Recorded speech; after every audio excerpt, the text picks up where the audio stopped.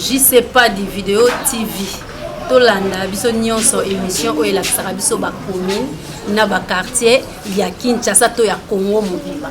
Donc comme subo mona biso na bandundu yo mutu moko bukendaka na okala otika bandundu na niveau moko bodo yo moko tala évoluer to évoluer té. Alors le ce qui a évolué té place aux alliés au kanisa nini. Je sais pas des vidéos TV. To s'abonner massivement. Allez. Christ Anor l'omniprésent, je sais pas de vidéos, prêtre de Mouching là-bas, Yoga. Dieu les maître de temps et de circonstances. Zini Kumbi. C'était le premier jour, du deuxième mois na Koutana na JC. Pas de Belanga, Maloba ya Bolingo. Etilunama. Donc voilà, dans le cadre de découverte de communes et des quartiers, toujours dans la commune de Barumbu. Donc, tous allez précisément ce qu'on a Rai. Comme vous le remarquez, Rai Oyo, et là qui Rai Moko et outil aéroport. Il y a outil, non pas aéroport, et outil qui sent tout. Et l'équipe m'a tété, lui mettait, traversé.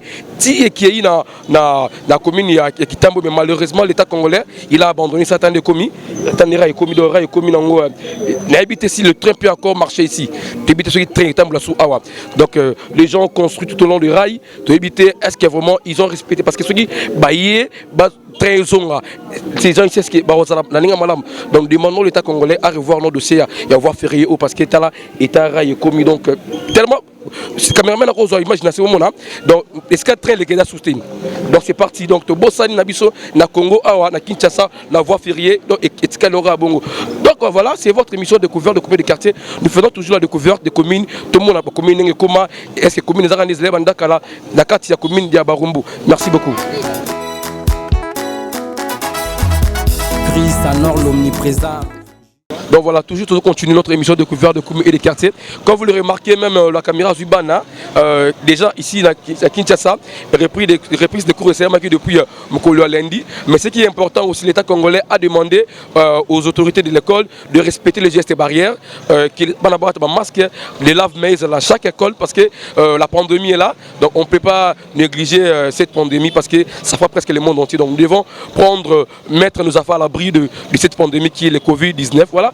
Hormis ça, donc, toujours dans le cadre de découverte de communes et des quartiers, parce que nous avons un croisement, toujours dans la direction, il y a Kassai, dans l'avenue Isoki. Derrière la caméra, l'autre côté là-bas, nous avons un Bichakuchaku Yangwana. Pour Bichakuchaku, il y a Kassai Yangwana. Donc, Bichakuchaku et Bimati, qui est dans le fleuve Congo. Et qui est dans le Bralima, qui est le fleuve Congo. Donc, nous allons parler maintenant de ces marchés à Liboulou, où ils allaient. Dans l'Afrique centrale, les Arabes marchaient pour coordonnerie, ils ont Oyo, ils ont la RDC, donc d'autres coordonnées parce qu'on a bleu, on a une maison, mais là, ici au Congo, à Kinshasa, on a un marché de coordonnerie, où il y a Winzaliboulou, ils ont la commune de Barumbu, la avenue Isoki. Donc toujours dans le cadre de couverture de communication, parce que bah, coordonner tout à Kinshasa, il y a Congo, parce qu'on a bleu, et ça coordonné aux Arabes. Na Katanga, batinda commande coordinateur na Mbandaka, azarana Lisala, azarana na Mboka province tout ya Kinshasa, ya Congo pardon, batinda commande bango awa ba basumba biloko bango ndia ba musa support na biso. Bon moi on peut commenter est-ce que baje dans bazali, il y a des jeunes talentueux ici, ba fabriquer ba chaussures sur tel heure on dit matin rien à voir na OSM na maison Weston. Mais ce qui est pour ma bende ba copiera ba maison Weston mais ba fabricable na bango. Tout côté na quartier to solo na bango. Merci beaucoup là-bas. Yoga. Dieu les maître de temps et de circonstances. Zini Kumbi. C'était le premier jour, du deuxième mois na Koutana na JC. Pas de Belanga, Maloba ya Bolingo. Etilunama. 14e jour, du même mois les sangs de ma Bolingo. Mokolo Valata Koufanga na belle folie d'amour. Été Bitodi. Yekomo Santu, Bongo Nganiko. Ingénieur Simplice Jazz, Nzambe na Bango. Dr. Jeff. Voilà, toujours dans le cadre de votre émission Découverte de communes et des quartiers. Aujourd'hui, spécial commune des Barumbu. On ne peut jamais passer commune des Barumbu sans pour autant parler de ces marchés. Il y a Winzaliboulou, un marché qui représente l'Afrique centrale sur le plan à coordonnerie. Donc, moi historique, comme vous le constatez aussi, le marché a respecté les gestes barrières. Donc, il faut se laver les mains, il faut porter le cache-nez, il faut éviter des accolades, il faut avoir au moins 1 mètre de distance. Comme vous remarquez, il y a un monsieur qui est avec moi 1 mètre de distance. Donc, tous sont là, président Pierrot, parce que c'est le président qui va nous parler de ces marchés par rapport à ce pas historique. Voilà. Président, bonjour. Bonjour, messieurs les journalistes. Ça va? Ça va très bien. Voilà, présentez-vous peut-être. Je me nomme Pierrot Ilunga Mwimbai, président du syndicat national des vendeurs du Congo, Wenzaliboul, dans la commune de Barumboul. Voilà. Merci beaucoup, monsieur le président du syndicat. Monsieur le syndicaliste, c'est depuis quelle année que vous avez eu la charge d'être le président syndical de ces marchés? En tout cas, ça fait bientôt 15 ans que je suis ici dans ces marchés. Voilà. 15 ans, pourriez-vous un peu nous parler un peu de l'historique? Ces marchés a commencé comment et c'est à quelle année? Le marché a été créé précisément depuis 1930. Et ça a commencé là où vous voyez le rond-point Kinemazière. Okay. Il y avait, là où on a mis une station d'essence là-bas, c'est là où le marché a commencé. Et à ce moment-là, on l'appelait comme étant un marché Saba Congo à l'époque. Alors, il y a eu une délocalisation. Et ça a quitté là-bas pour aller vers Chimanga, mais précisément à Liboulou, ici, c'est depuis 1967 que le marché Liboulou a commencé. Et ça, un peu l'historique. L'installation sur la commune de Barumboul, l'avenue Isoki, c'est en 1967. Mais sa création, c'est en 1930, là où il y a Kilmazière, et puis il a parlé de Chimanga. Parle-nous un peu des activités. Ça se passe ici, ça se passe comment, vous et les travailleurs, les vendeurs, et puis le bureau administratif. Il y a un bon courant parce que les syndicats est là pour suivre l'administration. Vous avez raison. Moi, avec l'administrateur, nous sommes vraiment en parfaite collaboration. Les vendeurs, nous sommes là pour prendre l'air des désiderata, amener ça auprès de l'administration qui représente l'État pour qu'on trouve une solution à l'amiable. Les vendeurs avec moi, en tout cas, je peux me prouver que je suis en tout cas leur avocat, leur défenseur, leur meilleur interlocuteur auprès de l'État. En tout cas, il y a un bon courant qui se passe entre moi et les vendeurs en question. Merci beaucoup, M. Pierrot. Je vous rappelle que M. Pierrot, c'est le président syndical de ces marchés Liboulou. Merci pour votre opportunité. Nous allons maintenant prendre l'administrateur. Maman administrateur, elle est là. Je ne sais pas, on va toquer. Voilà. On peut entrer? D'accord. Maman, il serait mieux que vous sortiez parce que la lumière pourrait nous faire défaut. Voilà, nous vous signalons que c'est toujours dans le cadre, il y a une émission de découverte de communes et des quartiers spécial la commune de Barumboul. On ne peut jamais passer la commune de Barumboul sans pour autant faire un tour ici, dans le marché à Liboulou, où ils ont marché, il y a la République démocratique du Congo, dans le domaine de la cordonnerie. Donc, il faut tout sur là, vendeur, tout le monde a besoin de ça, la rato, tout peut s'appeler valeur, il y a Winzango. Et puis, et aussi, je vous signale que non, ces coordonnées qui travaillent ici, ça peut fabricant de chaussures. Nous allons voir ce qu'ils fabriquent et puis vous allez voir comment est-ce que le marché marche. Maman dit certaines bottes, maman. Bottes, papa. Non, aussi moi la linga là vraiment parce que maman Wenze, comme madame, bonne santé. Santé za malam papa. Bonne na Wenze no Covid-19. Est-ce que maman no bateka awa? La plupart na bi baza ba mongo. Est-ce que ba yoka kapenda ko lata bakashine? Balata ka papa. Bato sakande mibeko ya leta elubami. Basokola ka monde to che cantine mutu nyonso na balekinzela basokola ka mai oyo. En tout cas, il faut pas ça là parce que malade des alliés vraiment tous en la légèreté, malade des alliés. Maman administrateur l'administration na yo batino au travers là bon administration na baté qui bazarandini est-ce que batuni sera baté qui est-ce que zalaka so moté qui pas te bokangi loko apesi mon atikité bakangi mbala moko est-ce qu'il y a vraiment ba sanction d'abord pour avertir mutu et puis azui sanction bozalaka directement yo faut tikité boté le blonde tout le monde reste comme sous la bon côté fallait côté ya tant moto faut tikité tant mususu nane percepteur akoya abisi papa na tekité beta tour abeti na tour tant kozonga nde apesi bon mais ceux qui communauté habitude ayele lo na tekité beta tour wana nde percepteur osilikanda kokangelo ko mais soka kangelo ko ayena on a bureau aya futi amanda na yeto zonga sa biloko na bango jamais biloko mutu bungi pa na yo o bakangaki awa na bureau na o moteur réclamer biloko na ngebungi percepteur na zoki yango ebunga kate papa soki yawa to bomba kango soki koli biloko aye tozongisela kaye soka futi amanda tozongisela kaye. Et ça limbola bonne aux alliés administrateurs. Na sali 2 ans awa. 2 ans déjà. Kasi na 2 ans on comprend déjà ba maman no awa na ba papa no awa donc on comprend bango déjà. Toza na bango bien na sa comprendre na yebi ndenge musala sala makane basala basapato ndenge basala basak. Ça que bazo sala o ende batekaka na zandu kuna. Na sa comprendre bango to yibane na bango bien tozaka bien na bango mikolo nyonso. Likambo esala passe na ba wenze mingi na tuno yango. Est-ce que awa bozali na toilette publique? Oya wenze zali. Ezali toza nango. Batsaka pe bopeto nango pe. Toza na mutu pe aza permanent kuna nde abongisaka yango chaque jour asokolaka yango na javel po ezala propre. Ezalaka ndeni siko bateki awa bafutaka pe mwa kanyaka bakota toilette soki ezalaka lokwa teke awa fute eloko te. Te bafutaka mwa eloko moko 100 francs mpona kosomba javel mpona kotia kuna mpo ezala na microbe te. Donc kimi ezala ngo na wenze awa. Kimi ezali papa. Merci beaucoup maman administrateur. Ngana okotelo avant la bima. Nakina sa musala.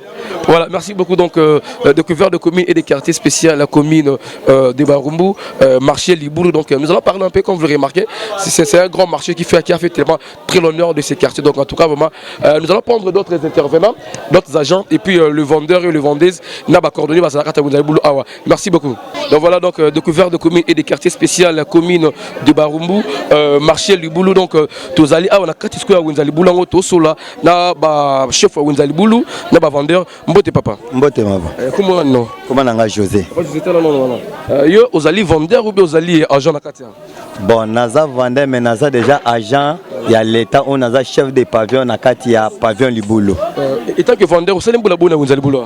Ah na Winzali Boulou na sali presque 35 ans ici. Ah na Winzali Boulou. 35 ans au la Winzali Boulou. Au banda Winzali Boulou na anini? Na bandi Winzali Boulou na nazana no moke vraiment nazai ko yana batata mwasi nanga tozoteka ti ngai moko na ko za relève ti nande na komi leo na boti bana na nganyo surtout awa na waza na université kaka awa. Voilà. Na simano tozomo na bilo rebele tel que ba o pesa wanini? Kuya.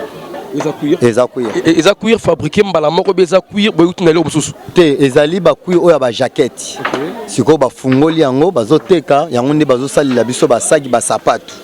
Le cuir oyo basolo sapato na yango.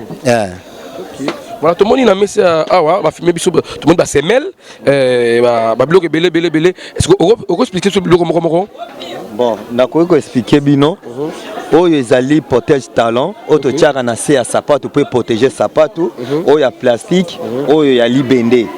Oyo ezali talon, auto tiara na kata na se ya sapato.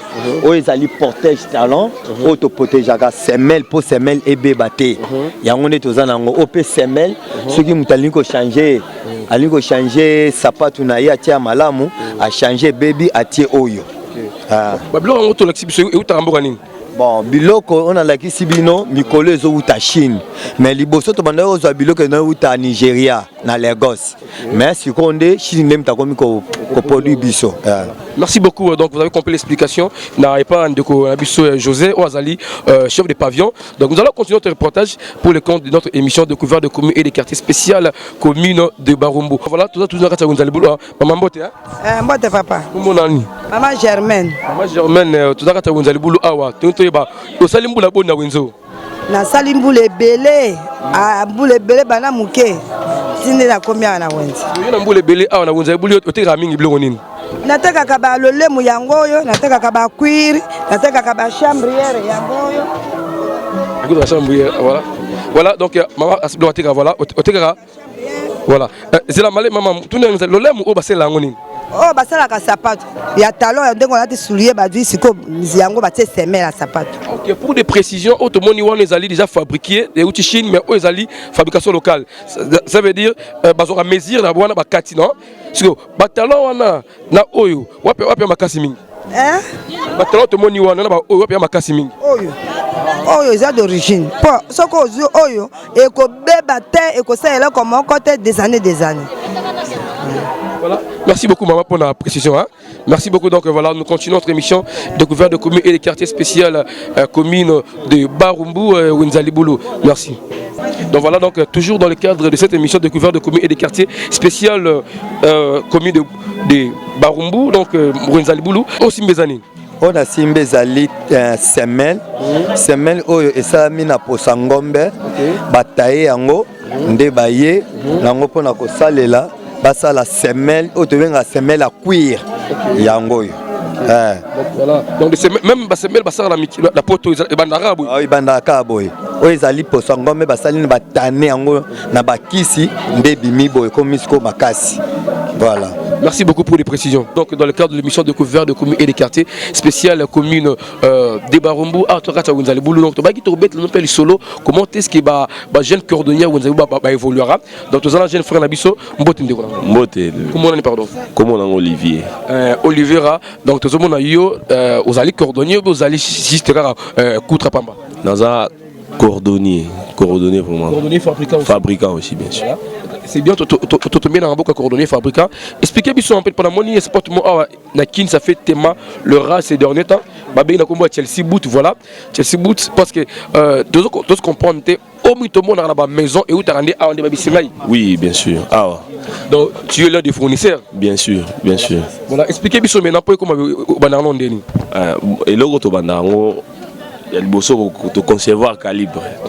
De concevoir calibre. Tout comme la calibre. Oui, calibre Zali. Voilà. Yango.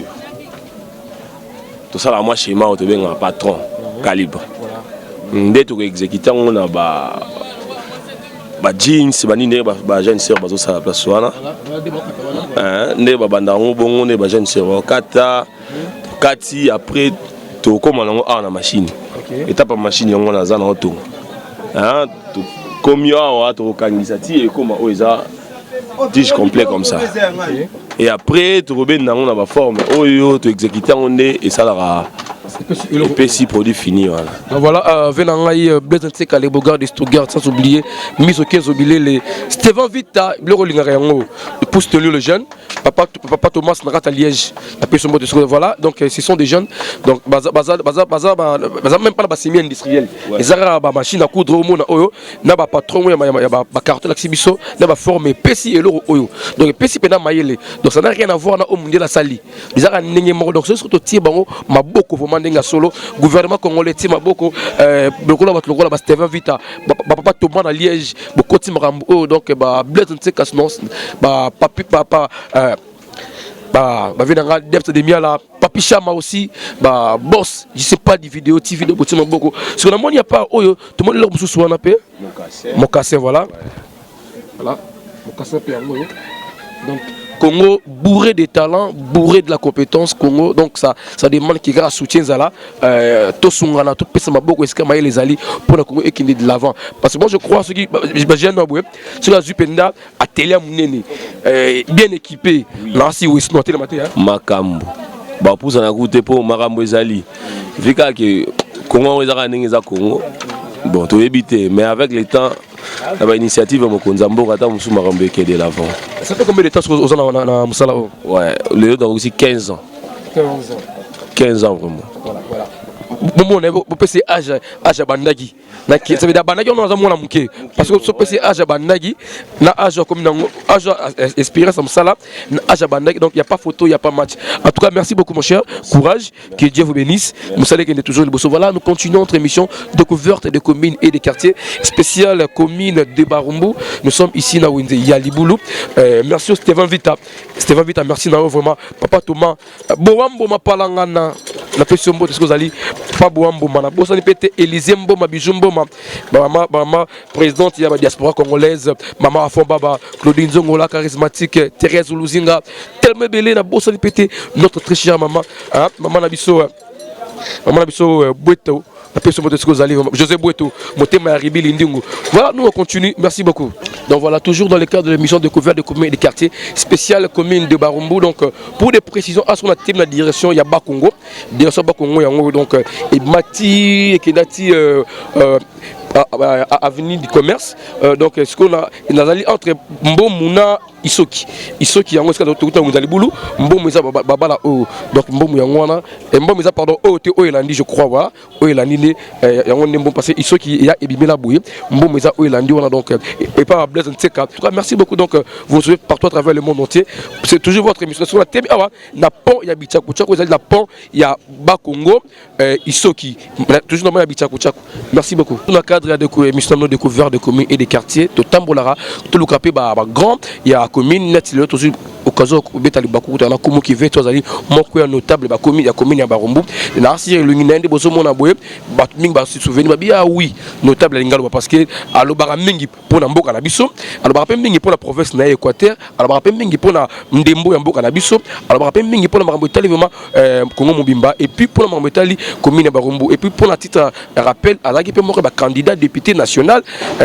provincial pardon la commune ya Barumbu oyo peut-être moi mutunani kutuna ma apona tunia mutunana te et le ni sala ya zote si noté ya notable a repéter mon éclaircissement comment qui va être mbote confrère comme Clover boni pandémie le kinengeni oui pandémie nzamba bateli ba congolais hein parce que toza na biso na ba moyen te ndele ba mona ka baza ba riche mais loko nzamba pesa biso kaka confiance na biso na ye yango tolobaki nzamba za mutu mwindo eza ba aventure te monani mindele basili me biso tozali mindele nde basala ka ba biso na ba minduki mais soki eza malade uté pa na nzambe abatela ka mutu mwindo. Voilà, comme monsieur Zali, on a bandeli découverte ba commune ba katoye ba commune na quartier Zarandege eta mulande ngeni to bandango tango ya kala tango bino bozana mpe bozokola na ndenge bokomi lo ba papa tango pe ba papa na bino bazalaki commune tambola ngeni comment qui fait comment na commune ba Barumbu lelo pona yo na kala na yango na lo elobela ko na nini non mutu azalaka na ba mboka mibale nkumu azali mona ya Grand Équateur mboka na ye précisément lelo dans ndenge découpage ye eza province ya Chwapa na Bwende mboka na nga vraiment na Bwena Chwapa eza Bokungu donc nazam deuxième mboka na nga eza Barumbu parce que tango na ye Kinshasa na fandi na Barumbu na botibana na nga nyonso na Barumbu na balimona ya Barumbu donc mboka na nga vraiment eza Barumbu à l'époque Barumbu ezalaki na unité te ya ke bato bazo sangana soki mweloko moko ezali baza ko appuyer ba valeur ya Barumbu quoi yango mona ki membana muso Barumbu bale ba musicien balaki lolendo azana ye musicien awa make kotanga babandi ko beta o na komi mona bandal o nga na vana na bandal mais Barumbu ezana ba valeur est-ce que batebele be ba même fali pupa aza vana na bazamo na Barumbu tolo ba vérité oui même fali azamo na Barumbu les batebele ba yeba ngote ba deyo brond na côté richesse sa musique banini mais ba valeur wana to perda yango pona manque ya unité et gloire à Dieu oyeba ki même kala ba bourgmestre baleka mais bourgmestre oyaza très visible les loto le la présent ezali Guillaume Ilunga azo sala ke Barumbu unité ezala batu basangana ka tozalaka na place to kokutanaka donc vraiment toujours tambola très bien Barumbu siko changement vraiment comme makasi et to yeba ko saisir yango pona eme mabiso musika na mutuna mususuka na kota na ndongo tangi excellence bourgmestre Guillaume Ilunga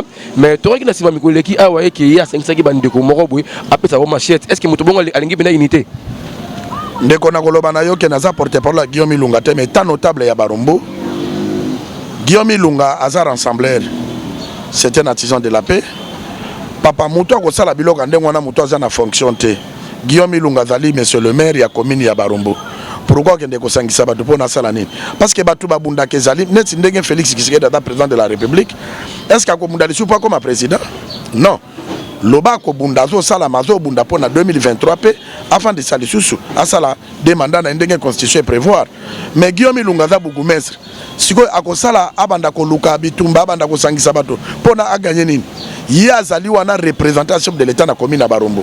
Merci ndeko qui fait rejoindre une émission spéciale politique na Kidimie hein na coordonné JCB6 ça to ke mandeko qui fait na Kidimie to beta masolo parce que na kota yeka na nzela na bona kinela na kati aba to bla mingi ne Barumbu na ba valeur na ngona makambo na ngomba ndako yamba na Kidimie to bla makambo penda parce que ils apenda makambo faut to bela yango na biki okupesa biano ya solo siko na Barumbu na domaine na bali basi Barumbu bimisa ba joueur belé makasi pa na ibi pe yo côté ndembo otika ki Barumbu te na makambo etali bale parce que ozali moko ya molobeli ya bana imana na émission na yo banga imana donc oyebi pe mo historique ya bale ya Barumbu mais soki totangi na monde sport na tous les ba communes nyonso sa ville à Kinshasa Barumbu ko kusoke za premier te za la deuxième hein Barumbu bimisa ba valeur belé soko tali ba joueur local là-bas tango de ring azui coupe na 94 capitaine ezalaki Mero Luingo mona Barumbu oyebi matumo na room oyebi guerrier natanga kaka bawana oyebi fiche mongongo. Donc pour te dire que Barumbu ezali valeur et loko toujours regretter les sous na Barumbu ezali président Félix a sunga vraiment bana Barumbu parce que biso doza les sous na ba terrain ya ko travailler te terrain municipal au basalaki awa il fallait pas penser que bana Barumbu ba travailler mais pour ba kende ko sala ba entraînement ba zo senga bango $200 ba kozoa wapi terrain wana ezali pona ba congolais vraiment mokonza mboka atala likambo wana parce que Barumbu mboke développa ka na football lelo soki Barumbu zo bimisa ba joueur te même na Léopard lingwala zo bimisa te ba commune musuto lo bakaka ba terrain c'est si le monde a espace public comme kaka ba sali ba clôturer au station au boy mais il faut qu'on créer peu place parce que station ko produire biso na nini to ça déjà na ba station ebele il faut qu'on créer ba biloko oyo et comme même développement ya commune on m'a dit même beaucoup même c'est le maire à l'obaki que il y a une pepe ko ya na Barumbu ba ko solana ba sango na école moko songolo awa na Barumbu et ça bien pour na ba former ba mécanicien ba former ba menuisier ba pour na avenir il y a toute la il y a république mobimba mais ba espace union c'est comme ka station ba comme on a terrain école ba comme on a boy siko bana na biso Léopard na biso ekufa. Parce que pour les locaux bimisa ba joueur il faut qu'il y ait des dans ba place où yo ba préparer ka ba joueur wana mais ceux qui ba tereza te ba joueur ba ko bima wapi ba ko bima te donc vraiment gouvernement de la République où ils allaient représenter le chef de l'État Antoine Félix Tshisekedi Tshilombo atala côté wana ba terrain municipal ba tongaki ezo bénéficier na population te $200 ba équipe ya bana na biso ya mike mike ba kozwa yango wapi donc population na ba zo représenter pe l'État et battere wana ezali ya l'État mabele wana ezali ya l'État ba pesa privilège pona jeunesse ya lobby parce que Barumbu ezali valeur ya football congolais. Voilà, merci beaucoup Kumu Kivet. Je vous rappelle que Azali Mopandisango, Mopandisango Mounene, na Congo Web TV et puis na plateforme ebele bémissionné les kaka banga imana Mingsu Ezarapé Équateur 0 donc à intervenir à Tambolana ba autorité belé pour na kosunga bango na ba couverture médiatique na bango pour la visibilité toujours en Mboka et puis à province naé o ezali ville native naé na atika yango te yango ne abetara tolo et que nous espérons un jour aussi tu vas wana comme qui va être gouverneur. Ça sera une très bonne chose parce que bah idée à zanango awa soit tu n'as pas tu peux kende bosso comme qui va être tobe Barumbu ce qu'on peut savoir na Barumbu message on peut baser la poto on bazali awa par rapport à Barumbu ndenge unité za ki te zongi ko savoir na Barumbu nini et là on a kolobé zali ke bana Barumbu ba soutenir Guillaume Ilunga na porter parole l'inter mais ba bien fait naé nga état notable fona appuyer Nkomo qui fait d'azalaki candidat à bateau bafota kinga na ndenge sena pesa kinga ba PV nanga nazwaki 4626 voix eza mokete bateau wana bazwa mona ke biso to fota kinde nkomo et pas na bango la kisite que sena proclama kinga te mais bango bazwa mona ke nkomo azalaki député na biso parce que 4628 personnes ba pesa yo confiance na bamboka ya mike mike oza déjà député et ngai nazo kanga maboko te pona kolandela ba intérêt na bango na ko ebisa bana Barumbu ke ko soutenir. Pourquoi na lobby monsieur le maire parce que yenda zali représentant na biso awa na Barumbu tant que bougumès ceux qui tozo ko sungaye na ba idée Barumbu ko kende liboso to zape to soutenir pe police na biso o yeza représenter na major Willy parce que bakulu na soki bazali bazo batama na bandako ba parents na bango bazo dénoncer te mais bino bana ya veni beaucoup misaka ba information pas major Willy parce que commune ezala atam bato asika bazo ko somba bandako na Barumbu ba ko somba ndenge nini so commune ezali na organisation te soki bakulu na baleki donc bapa ya bakoya ko fanda na biso soki biso moko toza malamu et Barumbu ezali commune moko kitoko ndenge ezalaka kala bakulu na lelo Major Willy apesa kimi akulu ne zala risu na Barumbu te mutako sayote et Barumbu tokoma vraiment uni et donc on senga na ba autorité kaka batala ka pe kota cité kitoko parce que kuna souffrance za makasi ba ma yezate population bazo fana na ba condition moko bien te ngai tant que notable ezalika pona ko plaider pona cause ya Barumbu mais Barumbu eza commune moko très bien clever. Merci beaucoup, Koumou Kivet. Merci, Bandego Balandi. Émission Nabiso, découverte de communes et des quartiers. Nous allons continuer toujours au micro Nabiso Balader. Interview Nabiso. Tout continuer à Koumou Kivet. Nous rappelons que Azali, Mopandi Sango. Ndé Amoni Balegi Nae, ba confrère n'habité. N'apé n'apé ça, Oyangaï Maël, Oyangape Makanisi, parce que Nazali, notable, Yabarumbu, Oyo, à défendre Rabarumbu. Merci Nayo Jean-Claude Bessissa. Tout continuer émission Nabiso, découverte de communes et des quartiers. Don dédié, Willy Kaimbe, vrai. Tête Tendai, Yama Rachel Fouta Tendai. Dieu le maître des temps et des circonstances. Guido Laco. C'était les premiers jours. Du deuxième mois, na Koutana na Jissé. Memunzo. Mpadia de Belanga, Maloba ya Bolingo. Rima Mengi. 14e jour.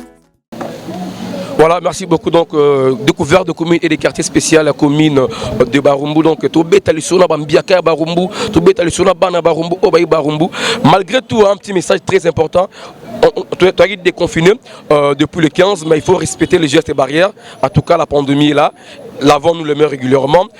Saluons-nous par des coudes. Évitons les embrassages. Évitons aussi de se regrouper trop. Parce que, vous savez, la pandémie est là. Donc, c'est un message très important du gouvernement congolais qu'on ne peut jamais s'en passer. Mais, cela n'empêche, il y a Barumbu. Quels sont les premiers habitants Barumbu? Quelles sont les activités?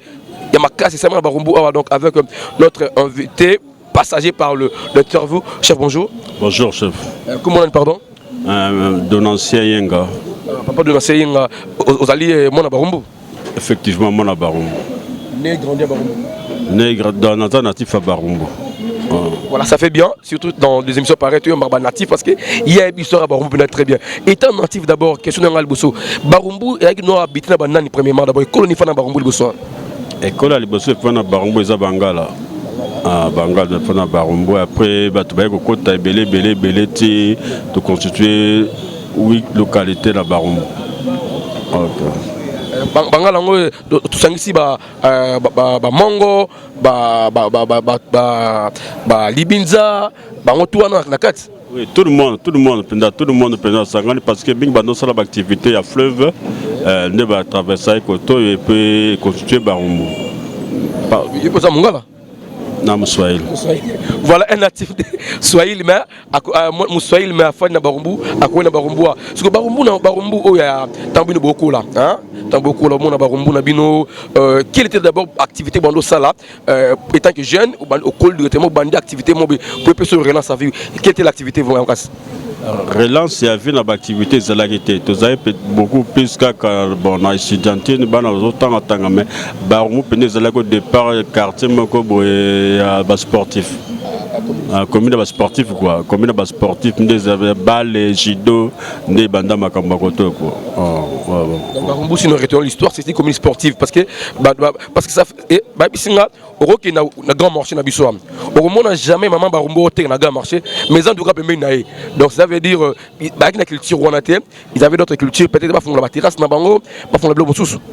Ba terrasse et sika penza et penza sika liboso terrasse ils ba bar na kata ba parcelle na kata ma pa onde ba terrasse ezalaki ba to bien ba bar les comme terrasse publiquement bon l'activité à terrasse ezalaki liboso na Barumbu te ba bar neza na kata ba parcelle ba référence ezali belé ba bar za na kata ba lopango neti tout évoluer dans ba quartier neto ba quartier parce que Barumbu ezali constitué pe na kata ba quartier.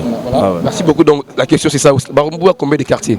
Barumbu a 8 quartiers. Si Barumbu a bino awa. Quels sont les maîtres sportifs ou basala sport n'enga bien respect ba marquer histoire à Barumbu? Oyo bata. Bon, la période à Liboso Penda, tam tout kola, ba maître basalara Penda sportif à Maka, va mettre Chekomat, va mettre bazar respect, va mettre Chekomat, va mettre Mukuna, na judo, mettre Chekomat azalaki na self défense. Les deux grands maîtres wana na ndenge ya o baza Penda respect bango. O pe ba créer ba club ebelé ba élève na bango, ba bimi na sima na bango, ba maître wana ni baza mbala. Dans Barumbu, quels sont les joueurs dans le domaine du sport, football, Missa? Na domaine de sport, joueur à Kala, Bazali, mais comme Wokima qui maintenant génération PSK, Babima. On peut mélanger tout, il y a Kalana, c'est quelques-uns, bon, net spéciaux, Abima, Mikolo, à Salagma, section à Pérou, d'abord, je les aime bien vendre. On a pensé qu'il y a une Coupe d'Afrique. Bien vendre. À Kenda Angola. Oui, Roum, Bazali, mon Barumbo, ça la paix époque, naïe. Mais Bazali, moi, belé. Oui, le fomo pe bazale ba maungu oui maungu abana kalembelembe awa le fombo bazama belé héritier le fomo pesa mona barumbu héritier le fomo mona barumbu bazama belé merci beaucoup. Donc c'est en effet fini. Voilà, nous continuons pour d'autres reportages toujours dans le cadre de la découverte de communes et des quartiers de Bandian Awa. Mais il y a une référence dans le téléma caméraman à son pardon pour la précision Awa. Moni esika o les hôpital wana